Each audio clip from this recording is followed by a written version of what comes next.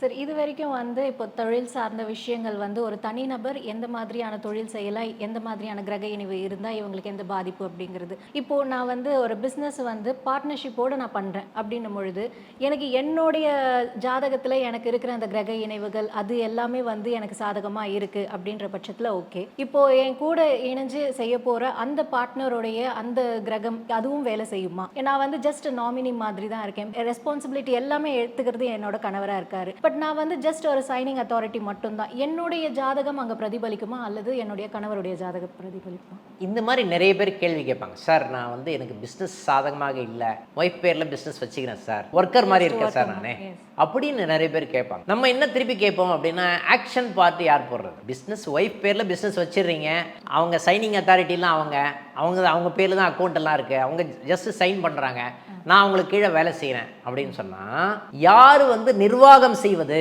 பிஸ்னஸில் யார் நிர்வாகம் செய்வது? ஒய்ஃப் பேரில் எல்லாமே மாற்றிட்டாங்க, ஒரு ஆண் தான் நிர்வாகம் செய்கிறாருன்னா ஆணுடைய மென்டாலிட்டி அங்கே ரிஃப்ளெக்ட் பண்ணுமா? ரிஃப்ளெக்ட் பண்ணும். ஆணுடைய 2ஆம் பாவம்னு சொல்லப்படுகின்ற வருமானம் ரிஃப்ளெக்ட் பண்ணுமா? ரிஃப்ளெக்ட் பண்ணும். ஆணுடைய லாபம்னு சொல்கிறோம் இல்லையா, அது எல்லாமே ரிஃப்ளெக்ட் பண்ணக்கூடிய தன்மை இருக்குமா? இருக்கும். ஓகேங்களா?